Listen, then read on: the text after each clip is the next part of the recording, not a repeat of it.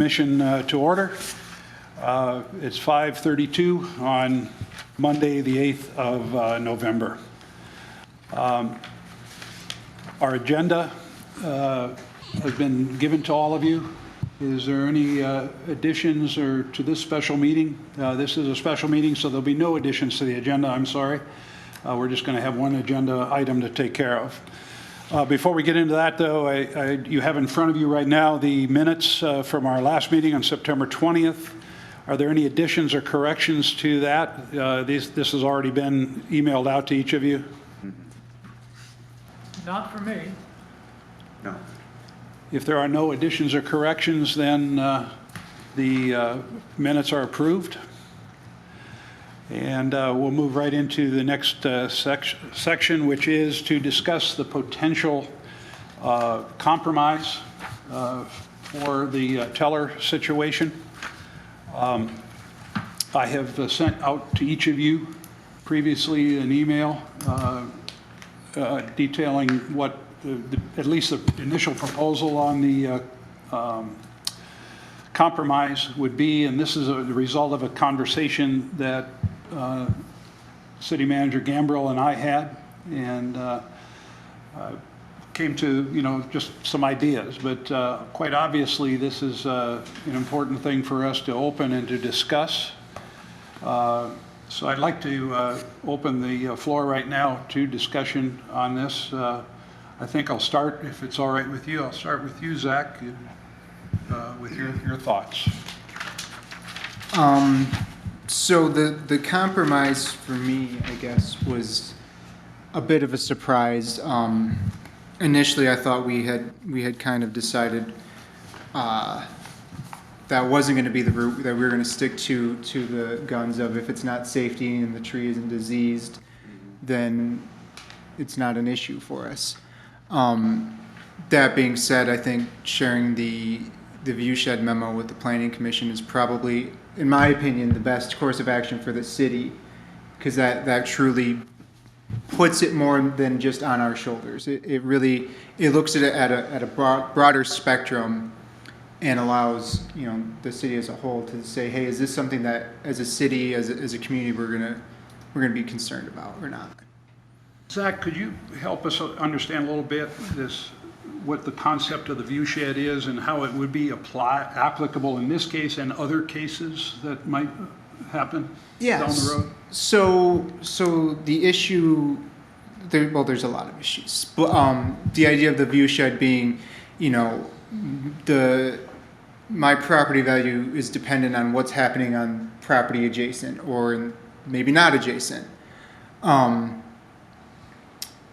And being able to see the lake, and it's a flowing thing. There's view sheds come and go. There was a case in Onekama where somebody had a property, couldn't see the lake, and an adjacent property owner cut trees in anticipation for building their house. Well, they suddenly had a view of the lake and said, well, you can't put a house there, I have a view, and this is problematic. That's something I want, I think the city of Manistee should get ahead of. That's the root, I guess, of my issue. I guess my understanding is if we have a view shed issue, zoning, part of our zoning ordinance, is that what it would be? It could be, yes. Okay. And that would preclude someone from saying, I need these trees cut down because I can't see the lake. It could potentially, yes. Okay. The other thing that would cover, though, too, is someone building a home on the next lot, that would obstruct their view that they had before the home was built. Is that also the reason? Similar reasoning, yes. Yep. I think, I won't even say that. Yeah, I'll just agree with you, yeah. Okay. Again, I'm just depending on you as, you're the expert in this area. I'm really happy that you're on this commission to help us understand a little bit about this. So, thank you very much for your comments so far. Is there anything else you'd like to add? Yeah, I mean, I'll just reiterate again, I guess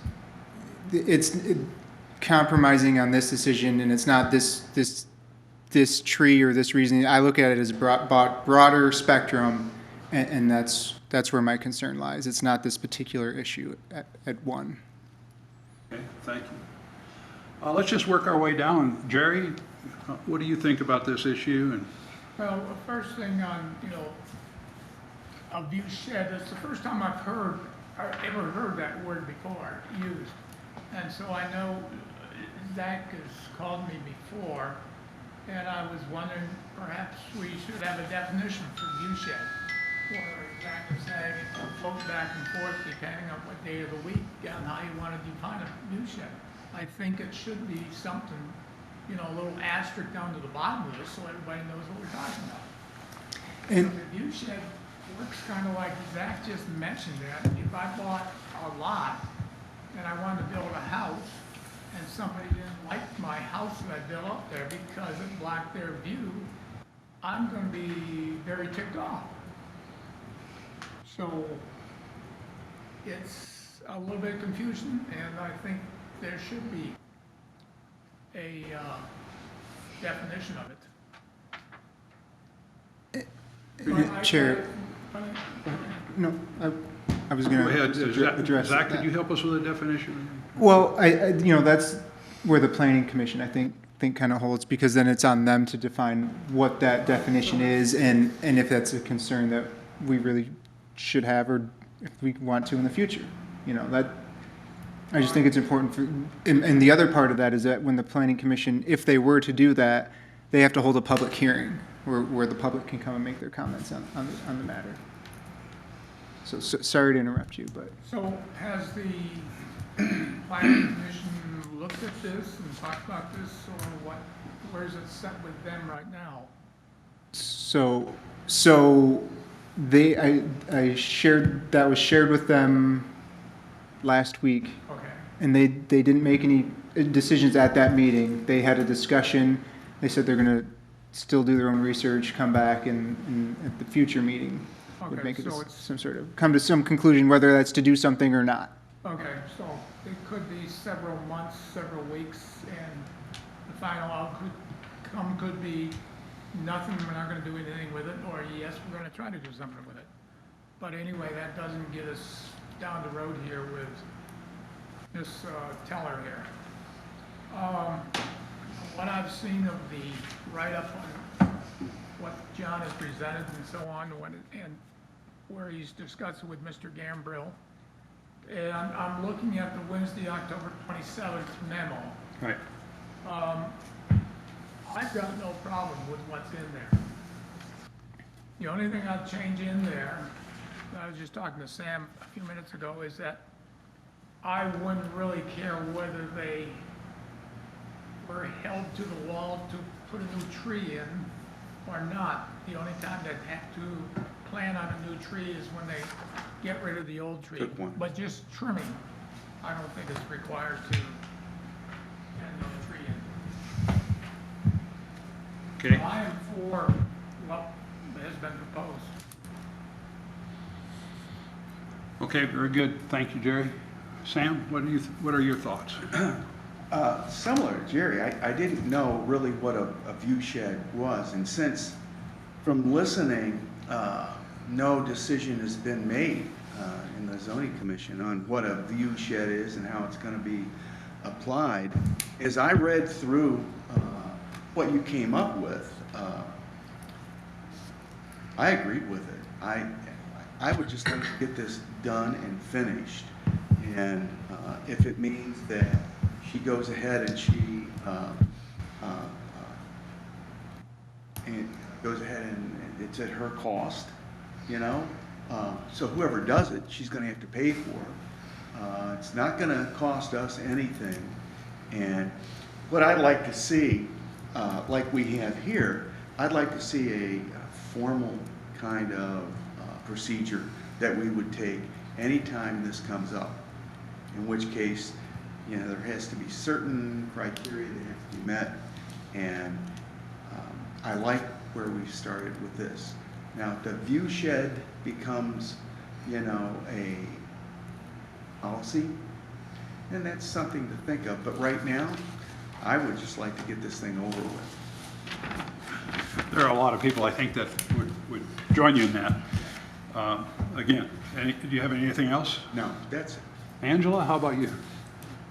Initially, when you sent the email out for this agreement, and I think I was what you just said, I just want to get this done because I'm already weary of it. I'm weary of the situation, and I have not been on this board for very long. However, then Zach came back with this view shed issue, and that it needs to be part of the ordinance, and that the planning commission needs to come up with some language on that. So I would like to defer making a decision on this agreement until planning commission has a chance to come up with some language on the view shed issue. Zach, it sounds like the view shed issue is something that really is important, I would think, for the planning commission and our zoning in this city. For many reasons, not just tree trimming, it's got a lot of implications, I would think. And if they took action on, let's just say they've already taken action and said, okay, we're going to have a view shed in there, then we basically would not be able to go forward with this compromise, is my understanding. Correct me if I'm wrong. But You could. Can I give you? Absolutely. Would it be appropriate if I gave some thoughts? So when I saw the email, I was honestly a bit confused that there was a proposed compromise, because I'm pretty sure that this commission has already reviewed and already voted not to allow or approve or recommend approving of the tree trimming request. I've heard a couple commissioners say we need to get it over with, but the discussion that I heard after your vote was, and then we need to come up with a mechanism that if the facts don't change, you don't get to just keep reapplying. In the 8.5 years that I've worked for the city, every time there's a change in the tree commission, the members, it's come back. Every time that we've had a change in city manager, it's come back. So it's come back probably close to 10 times. But to me, this isn't specific to a person or a property. To me, this, and I've expressed this to each of the commissions when we've discussed it, this is a larger concept that we need to be mindful of. The request that we're discussing, the requesting person doesn't own property on Lake Michigan. They own property on a park. There's views of the park. That hasn't been changed. There's claims by the applicant that there used to be views of Lake Michigan, and that cutting this one limb would restore those views. And it seems pretty harmless. I mean, trust me, 100 times I've thought, and we're done. Seriously, it'd take about 15 minutes to cut it and it goes away. If you entered into a compromise and she's already offered and has hired an arborist that said trimming that branch isn't going to hurt the tree. We know that. To me, that's not the question. She has already offered to plant trees somewhere else. So that's already been out there, and she's made that offer since 8 years ago. But as I've thought about this, actually, as you guys were all talking, if cutting that branch does restore that view, then are we granting her that view in perpetuity? Does that mean if a tree grows up, it has to come down? Does that mean if we put up a play set, a play structure, a bathroom building, whatever, does that then take away the city's ability to improve the park if it hurts that view shed. So that's of serious concern to me because there are no rights. There's no rights to a view through that property. There's public rights to use that property, to enjoy it. Everybody shares that. So I've been advised throughout my career with the city that make decisions on what is good for the public and not as good for the individual. Deal with facts, don't deal with individual opinions. And I think it's very important to understand that we have Lake Michigan, we have the Manistee River, we have Manistee Lake, we have man-made lake. And I've had requests on all of those bodies of water to remove trees to improve views. And the city's been pretty consistent. If it's a dangerous tree, if it's a damaged tree, on the Manistee River, there's really no harm in that except the root structure helps to hold the bank. We have taken down some trees along the river because the shade creates issues with the maintenance of the river walk. The sun doesn't get it, so it molds and it gets slippery. And so there are different criteria.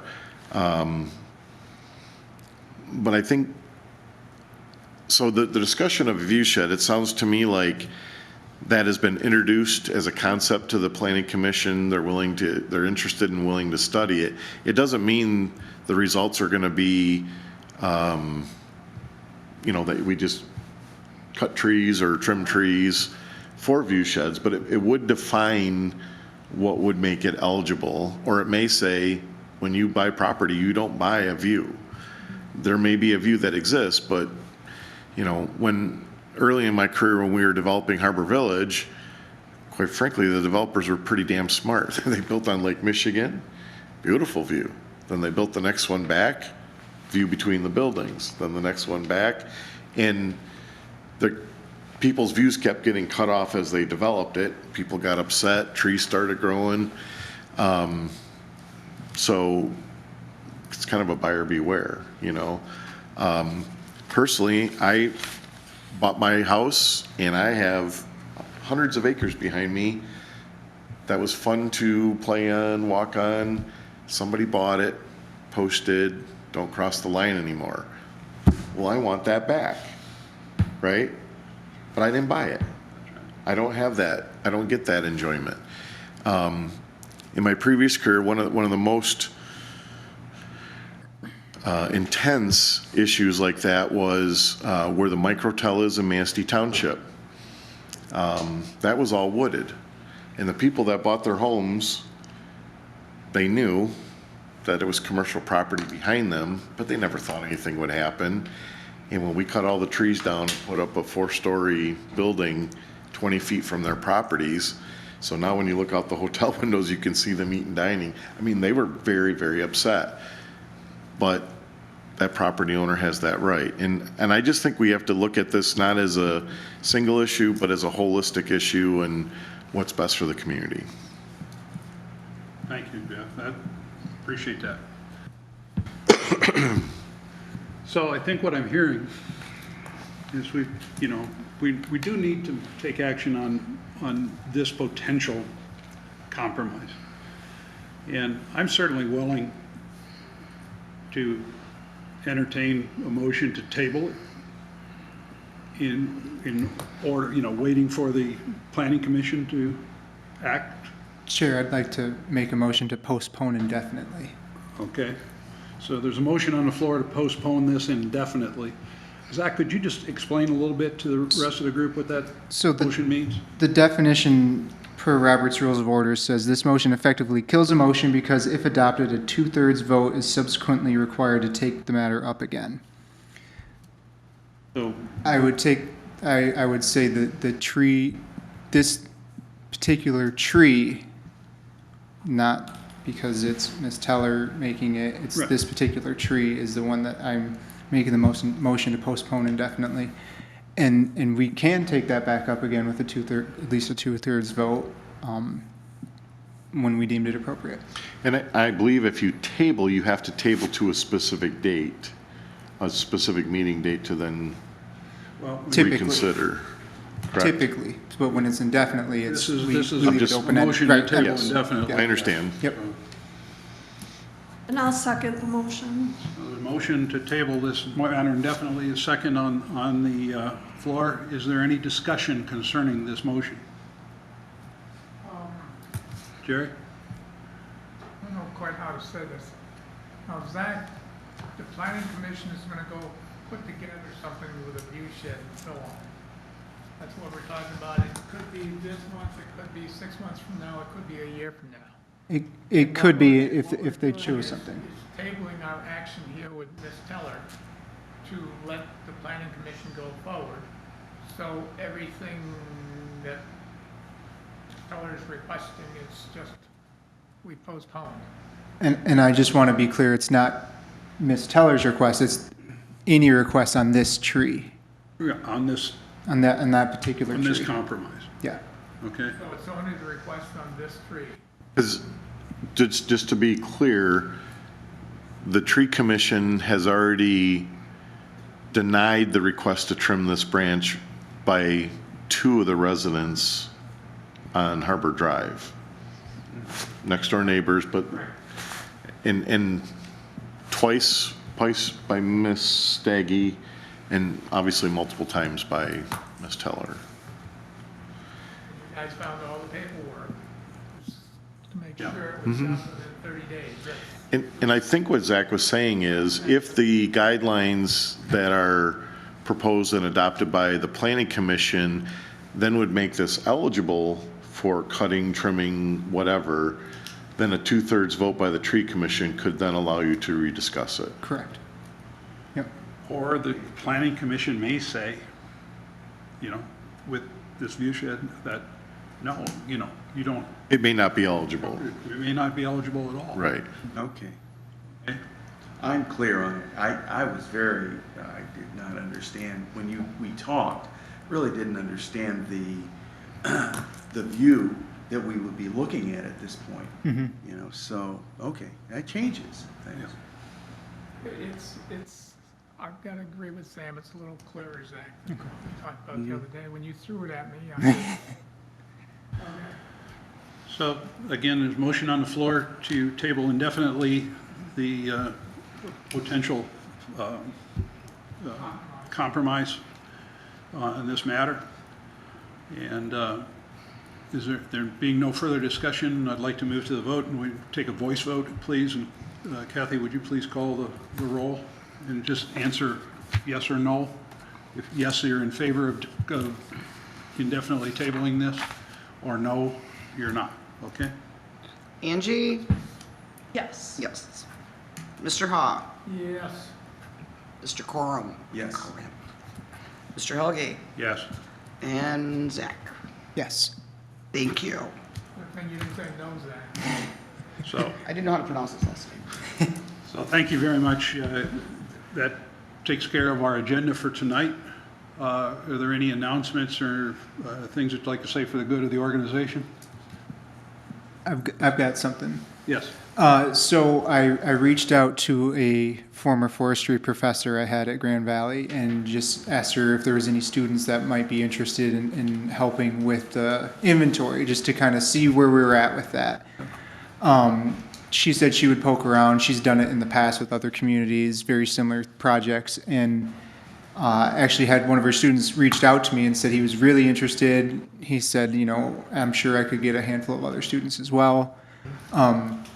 So how that looks from here, I don't know, but I think at this point we have the interest where we can start kind of shaping that and moving from there. But I think, you know, come springtime when there's students ready, I think that's something I'd like to have the ball rolling on. I think it's a great idea. And as far as the other thing we could do, I would anticipate they'd be here for a few days. Perhaps we get members of the community to help put these students up. You know, and I know I've got extra rooms in my house. We could probably look at helping that way, but again, maybe others would be interested in helping there too. I've got a question on this subject here. Is there something, a file, a database now with all the trees recorded in town? Like I've someplace read here in the notes that was done when this tree commission was first formed up 25 years ago? Is that still a readable file? Have you ever seen it? So I'm aware that the tree commission, when it was formed, Right, did that's what I'm that. talking about. I've never seen that, and I can with confidence say it's never been kept updated. I'm gonna say it probably doesn't exist anymore. It's been erased and so on, so. And right now, we've got a GIS system that we're creating all the databases in. I'm not gonna propose nor promise that this would be a good candidate, because sometimes you collect the data and then what do you do with it, and who's gonna keep it up? And that's pretty intensive when we're removing 40, 50 trees a year. Right. And we're trying to plant that much or more. That can take a lot of, This question about curiosity as to who might have kept it up over the last 20 years and things like that. So it doesn't really exist anymore. it's not a used document. And It probably doesn't exist either. the benefit of having it now is that it would be in GIS, so it would be kind of a ongoing living document. You could, Right. a lot of analysis could be done with, canopy size and not just tree It would be aged probably species. much easier to maintain today than it Correct. was 25 years ago. Yeah. Right. The same thing happened probably 10, 12 years ago with sidewalks. There was we started what was called a Safe Routes to School program, where we did sidewalk inventories that surrounded several of the public schools and the Catholic school. And then an Eagle Scout stepped forward and then completed the rest of the city. So there's huge binders that has a complete condition survey, but it wasn't in a format that could be readily updated, where the technology is advanced better today. Is that something, that database of the trees, is that something you could put on a laptop and one of us could update it? Like you could give us the forms when you take out trees or put in trees and we could update it? Yeah, since I'm out of reach, I will note that the chair received technology training from the city clerk and performed very well this evening. Wow. So that's another job for the chair, right? All I know is, yeah. Or I could do it. Yeah, I mean, that's something that I think once you get it set up, obviously that's the biggest Right. labor draw, and then if there's a purpose for keeping that and a usefulness, then I think it's easier if you just maintain it. And GIS is pretty user friendly to do that. I've got a question over here. Zach was talking about perhaps some college students or Eagle Scouts and so on and so on. But I know the city does hire students to work for them for the summer. Correct? True. For mowing grass, et cetera, and so on, picking up trash, et cetera. Could you use a couple of those students, a couple of them to do what we're proposing to do? Because this is gonna take some time. It's gonna take several months of dedicated time to do that. I And agree, training. but I don't think that's the kind of pressure we want to put on Jeff's already tight budget. Yeah, I would be reluctant to use committed staff towards that. And College students you hire, what's that? these are the college students you hire. Right. So we try to hire 16 of them. What? We hire 16 between the street department, the parks department, and the city marina. And I think we ended up with 12 this year.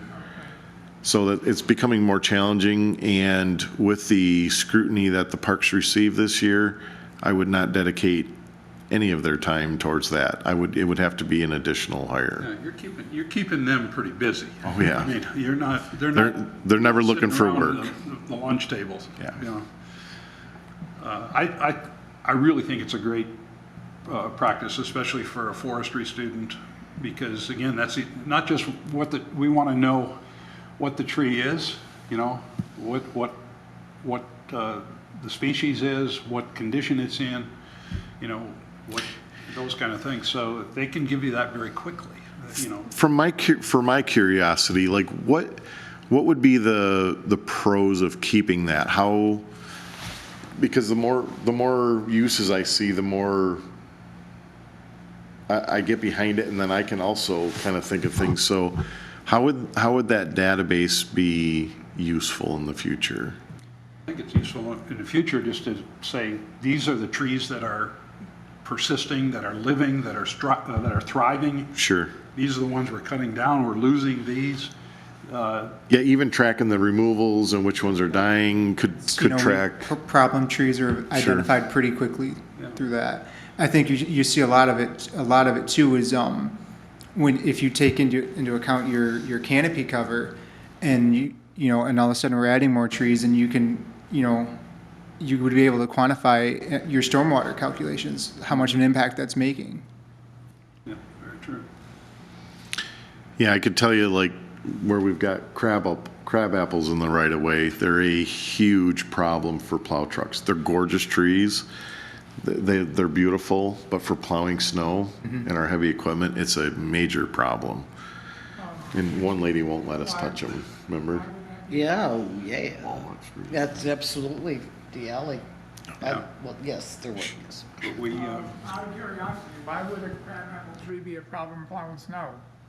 Because they don't grow up, they grow out, and they're shaped very nicely. And if you trim the street side, the rest of it looks poorly. They're not a very tall canopied tree. they're catching the plow that's going by. So All you gotta do is slow down when you plow snow. they hit the mirrors Oh, okay. and they hit the That I wings. understand, Yeah. We have to replace the flashing beacons and several mirrors every year. So, And I think that can go back to, in the future, our recommendations of what trees are exactly ones we highly recommend planted, or the only options given. Just not only are we still gaining trees, but then we're also helping maintenance. Okay. Well, thank you, Jack. Thanks, Sherry. There being no further discussion?